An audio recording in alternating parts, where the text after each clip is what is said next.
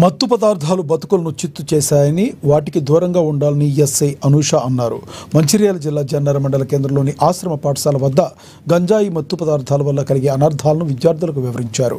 Ramagundam CP ఆదేశాల మేరకు ఆశ్రమ పాఠశాల విద్యార్థులకు అవగాహన కలిగిస్తున్నామన్నారు. గంజాయి సేవించినా విక్రయించినా అది చాలా పెద్ద నేరమన్నారు. గంజాయి రహిత రాష్ట్రంగా మన తెలంగాణను ఉంచేందుకు పోలీస్ శాఖ, ప్రభుత్వం ప్రత్యేక చర్యలు తీసుకోవడం జరుగుతుందని తెలిపారు.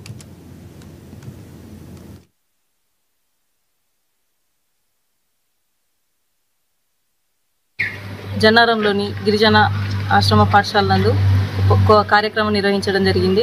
ఇందులో భాగంగా విద్యార్థులతో డ్రగ్ అవేర్నెస్ గురించి సంబంధించిన పోస్టర్స్ ఆవిష్కరించడం జరిగింది. దాంతోపాటుగా విద్యార్థుల భవిష్యత్తుకు డ్రగ్స్ ఏ విధంగా ఎఫెక్ట్ అవుతాయి, డ్రగ్స్ తీసుకోకపోతే ఏ విధంగా ఉంటుంది ఫ్యూచర్ అని అవేర్నెస్ విద్యార్థులకు కల్పించడం జరిగింది.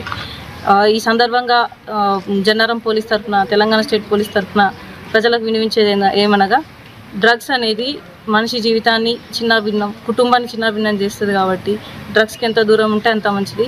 దాంతోపాటుగా